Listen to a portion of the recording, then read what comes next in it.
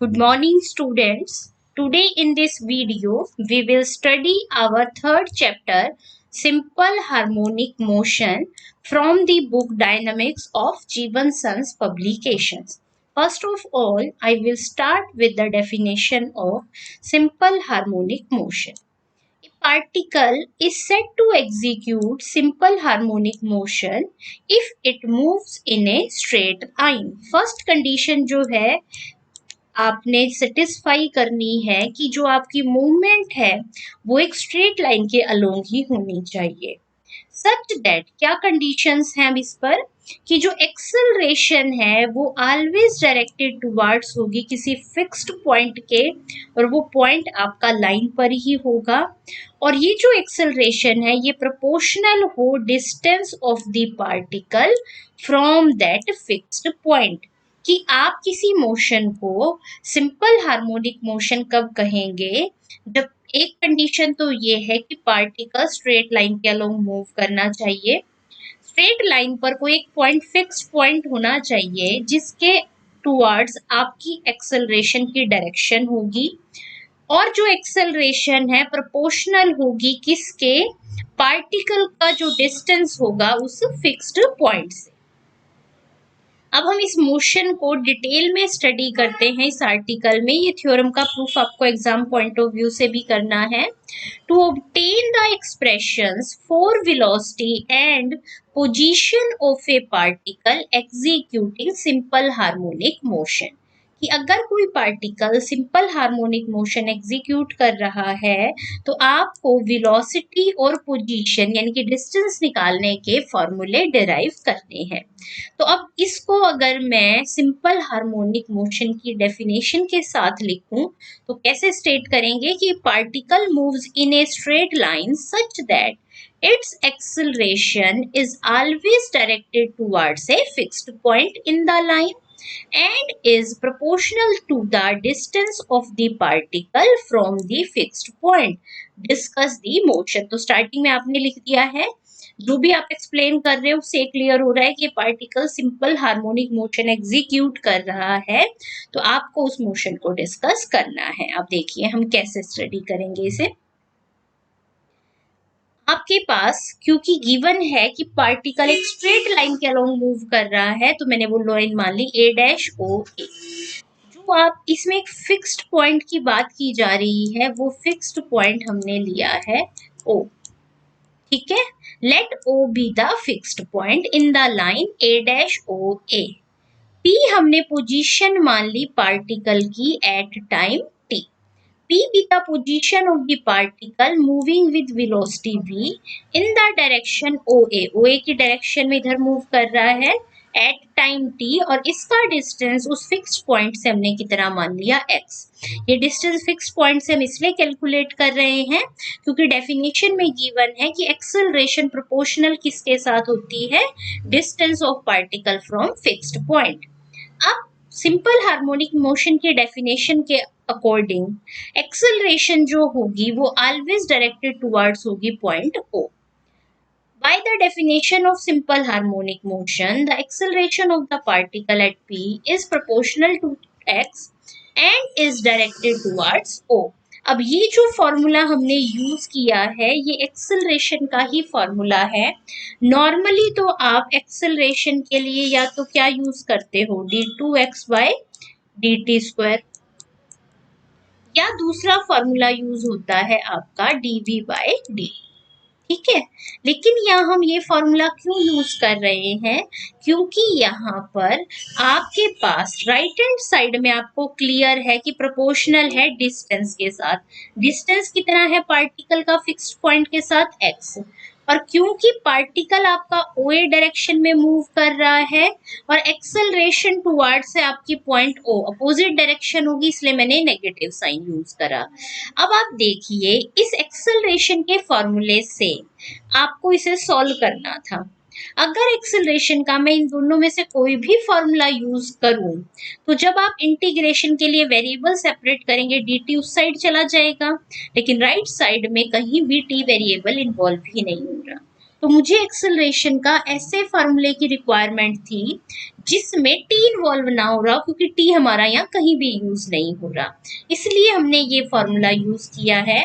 इसके बारे में आपने ज्यादा डिटेल से डेरिवेशन कैसे है आपने पढ़ना हो तो जो स्टार्टिंग का आपका रिवीजन चैप्टर है उसके 5th नंबर पेज पर गिवन है। ये बहुत ही सिंपल सी कैलकुलेशन है, आप इसे इजीली समझ सकते हैं। और सिंपल सा अगर आप यहाँ देखना चाहें कि dv बाई dt को क्या मैं यूं लिख सकती हूँ, dv by dx into dx by dt। ये हमने dv बाई dt को लिखा है। dx बाई dt आपका किसका फॉर्मूला होता है, वेलोसिटी का, तो ये v into dv by dx आ जाए। Mu is the constant of proportionality. तो ये वाली कंडीशन आपको सभी को क्लियर हो गई है। अब हमें इस कंडीशन को इंटीग्रेट करते हुए वेलोसिटी और डिस्टेंस के लिए एक्सप्रेशन फाइंड आउट करना है। तो सबसे पहला काम आप वेरिएबल सेपरेट करेंगे। तो जैसे ही आप वेरिएबल सेपरेट करेंगे, लेफ्ट साइड पर बचेगा v dv और राइट साइड पर बचेगा माइनस म्यू x dx। ठीक है, इंटीग्रेशन करूं, v का integration v square by 2 minus mu as it is x का integration x square by 2 plus में c। अब कांस्टेंट ऑफ आपने इंटीग्रेशन निकालना है। तो देखिए मैं क्या लिख रही हूँ, since the particle is moving along line OA, particle तो मूव कर रहा है OA के अलोंग, एक्सेलरेशन अपोजिट डायरेक्शन में है, तो पार्टिकल आपका कहीं ना कहीं किसी पॉइंट पर रेस्ट की पोजीशन में आएगा। तो मैंने वो रेस्ट की जो आपकी पोजीशन है वो मैंने मान ली A। ठीक है, तो अब देखिए, it must comes to rest at some point in OA, हमने मान लिया वो क्या है, और डिस्टेंस OA की वैल्यू हमने सपोज कर ली small a। At point A velocity क्योंकि रेस्ट की पोजीशन है इसलिए 0 हो जाएगी, और O से लेकर A का डिस्टेंस है स्मॉल a। तो अगर मैं इस पॉइंट A का कहूँ फिक्स्ड पॉइंट से डिस्टेंस कितना हो गया A, तो यानी कि यहाँ पर x की वैल्यू क्या हो जाएगी A। ये दोनों वैल्यूज हम इस कंडीशन में पुट कर देते हैं, सॉल्व करके आपके पास ये C की वैल्यू आ गई। रिवर्स आपने इस स्टेप पर पुट कर देनी है, पुट करने के बाद आपके पास ये कंडीशन आ जाएगी। ये कंडीशन में आपने बोथ साइड से 2 एलसीएम लेकर कैंसिल कर दिया, v आ गया और स्क्वायर है उधर जाके अंडर रूट हो गया, प्लस माइनस आ गया। तो अगर आपको वेलोसिटी के लिए एक एक्सप्रेशन चाहिए तो वो आपके पास आ गया है। अब आपको इस वेलोसिटी एक्सप्रेशन से क्या फाइंड आउट करना है, आपको फाइंड आउट करनी है डिस्टेंस कैलकुलेट करने का एक्सप्रेशन। तो v का तो सिर्फ एक ही फॉर्मूला होता है dx बाई dt, वो मैंने लिख दिया। अब यहाँ पर हम 2 केसेस स्टडी करेंगे, when the time is measured from the fixed point, और केस 2 में लिखेंगे when the time is measured from the instant when particle is at A। अब एक बात को ध्यान से समझिए, टाइम को मैं पॉइंट O से मेजरमेंट कर रही हूँ। ठीक है, अगर टाइम का मेजरमेंट पॉइंट O से किया जा रहा है तो जैसे जैसे आप इस साइड मूव करेंगे आपका टाइम बढ़ता जाएगा, और जैसे जैसे टाइम बढ़ रहा है O से पॉइंट का डिस्टेंस भी क्या हो रहा है, इंक्रीज हो रहा है। जैसे जैसे आप इस डायरेक्शन में जाएंगे टाइम और डिस्टेंस क्या बढ़ते जा रहे हैं, इंक्रीजिंग होते जा रहे हैं और पॉजिटिव है। तो एक्चुअल में यहाँ dx बाई dt का साइन पॉजिटिव और नेगेटिव दो है। तो देखिए मैं क्या कह रही हूँ, if t is measured from fix point O, तो जैसे जैसे आपका टाइम इंक्रीज होगा x भी क्या होगा, इंक्रीज। तो dx बाई dt क्या आएगा, पॉजिटिव। तो इस केस में हम dx बाई dt का पॉजिटिव साइन लेके आंसर कैलकुलेट करेंगे। इंटीग्रेशन करना है, देखिए x वाली टर्म्स एक तरफ ले आए और रूट म्यू को dt के साथ रख लिया। इंटीग्रेशन करें बोथ साइड, इसका फॉर्मूला होता है sine inverse x by a, under root mu constant है तो 1 का इंटीग्रेशन आ गया t और कांस्टेंट ऑफ इंटीग्रेशन c1। क्योंकि यहाँ पॉइंट O के रेफरेंस में वर्क कर रहे हैं तो मुझे बताइए पॉइंट O पर टाइम आपका 0 होगा, पार्टिकल मूव ही नहीं करा O पॉइंट से तो x डिस्टेंस 0 होगा।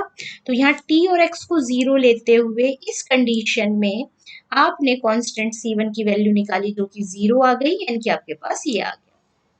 यहाँ से देखिए x निकालना था ना, तो साइन इनवर्स उधर जाके साइन हो गया और x की वैल्यू ये आ गई। ये आपके पास एक जनरल फॉर्मूला आ गया है जिससे आप डिस्टेंस कैलकुलेट कर सकते हैं। लेकिन ये फॉर्मूला क्वेश्चंस में आप तब यूज करेंगे जब क्वेश्चन में जो टाइम मेंशन है वो आपका फिक्स्ड पॉइंट ओ से मेजरमेंट किया जा रहा हो।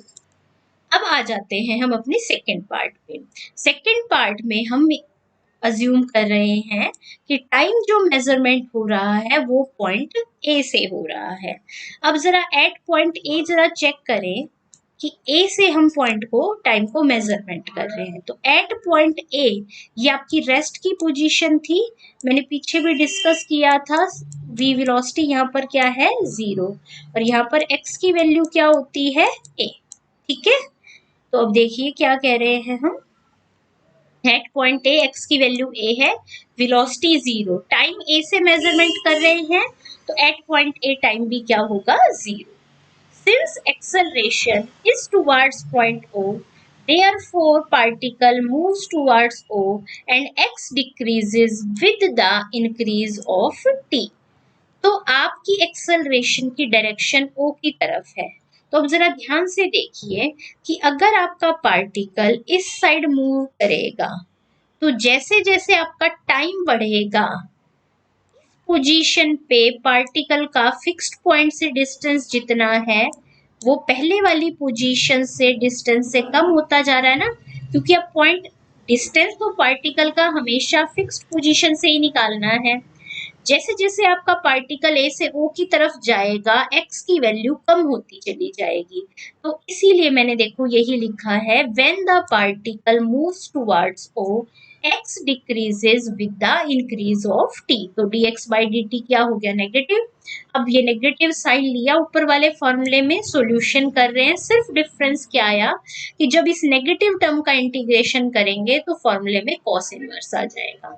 और इस पॉइंट पर x की वैल्यू a है, t की वैल्यू 0 है, पुट करके C2 0 बन गया और आपका ये फॉर्मूला आ गया। ये सेकंड फॉर्मूला है जो आपने डिस्टेंस कैलकुलेशन के लिए इस एक्सरसाइज में यूज करना है। लेकिन ये फॉर्मूला आप तभी यूज करेंगे जब आपको ये मेंशन हो कि जो टाइम का मेजरमेंट है वो कहाँ से हो रहा है, आपके पॉइंट ए से।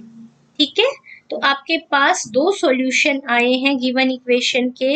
एक्स की ये दोनों वैल्यूज, ये दोनों ही फॉर्मूलों में सिंपल साइन और कॉस का ही डिफरेंट है। अब एक पॉइंट यहाँ पर नोट करना कि बहुत से स्टूडेंट इस फॉर्मूले को याद करते हुए मिस्टेक करते हैं कि ये जो t है ये आपका स्क्वायर रूट के अंदर नहीं है। तो जब भी आपने इसे याद करना है आपने इस फॉर्मूले को ऐसे ही लर्न करना है कि x is equal to a sine under root mu multiplied by t। ठीक है, फर्स्ट फॉर्मूला तब जब टाइम सेंट्रल पोजीशन O से कैलकुलेट हो, सेकेंड फॉर्मूला जब टाइम एक्सट्रीम पोजीशन A से कैलकुलेट हो। और वेलोसिटी अगर आपको निकालनी है तो वो आपकी इक्वेशन नंबर, ये यूं कह रहे, हाँ ये भी लिख सकते हैं, velocity in terms t can be obtained by differentiating equation 5 और 6 विद रिस्पेक्ट टू t। कि आप ये आपकी इक्वेशन नंबर 5 है और ये आपकी इक्वेशन नंबर 6 है। आप इन दोनों को डिफरेंशिएट करके भी वेलोसिटी का फॉर्मूला निकाल सकते हैं। लेकिन आपने वेलोसिटी का एक फॉर्मूला यहाँ पर निकाला हुआ है विद प्लस माइनस साइन। तो जनरल अगर मैं भी पॉजिटिव पार्ट लूं तो वही फॉर्मूला एज इट इज लिखा है। ठीक है, velocity at any distance x from O is given by this। अब इस फॉर्मूले को ध्यान से देखिए, रूट म्यू फिक्स है, ए फिक्स है, वैल्यू किसकी वेरी होगी ए की। अब सॉरी वैल्यू वेरी होगी एक्स की। अब एक्स की वैल्यू क्योंकि इसमें से सब्ट्रैक्ट हो रही है तो जब हम एक्स की वैल्यू सबसे छोटी यूज करेंगे तभी ये सबसे बड़ा आएगा रिजल्ट, कि सबसे कम वैल्यू माइनस करें। तो जब मैं एक्स को 0 ले लूंगी तो आपकी मैक्सिमम वैल्यू आएगी वेलोसिटी की, जिसका फॉर्मूला है ये फॉर्मूला क्या है, under root mu multiplied by A पर अंडर रूट नहीं है। और ये वेलोसिटी कब है, जब x 0 हो, यानी कि सेंटर से डिस्टेंस 0, यानी कि ये वो वेलोसिटी है जो आपकी पॉइंट O पर है।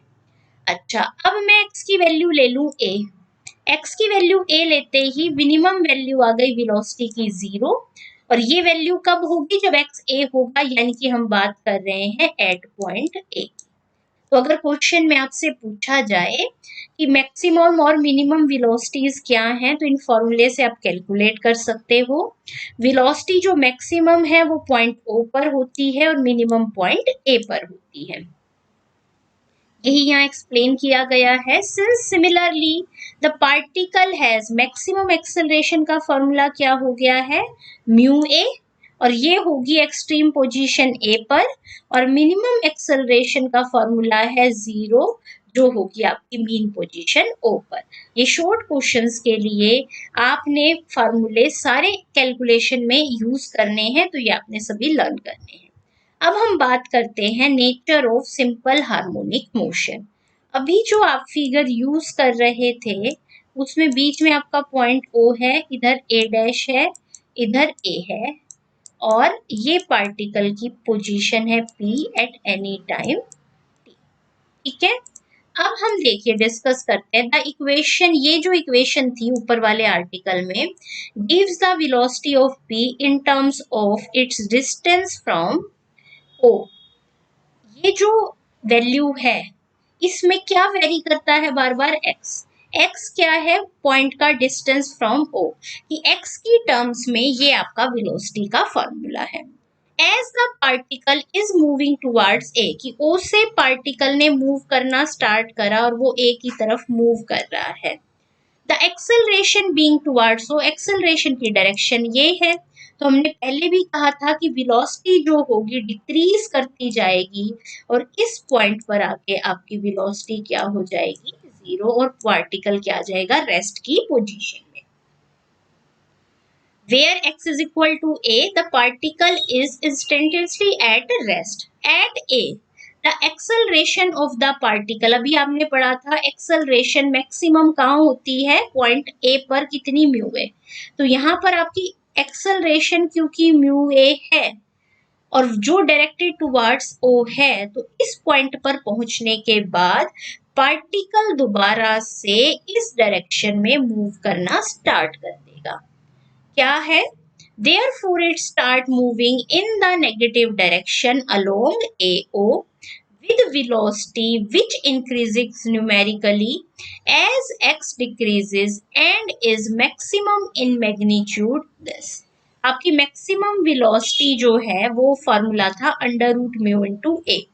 ये फार्मूला तब था जब आप पॉजिटिव डायरेक्शन में मूव कर रहे थे, क्योंकि अब आपकी मूवमेंट ऑफ डायरेक्शन वेलोसिटी की चेंज हो गई, तो ये जो वैल्यू है मैक्सिमम इन मैग्नीट्यूड, मैंने कहा है इसका मैग्नीट्यूड ले तो ये मैक्सिमम वैल्यू ऑफ वेलोसिटी के इक्वल है, लेकिन डायरेक्शन चेंज है तो इसलिए इसकी एक्चुअल वैल्यू जो है माइनस म्यू ए है।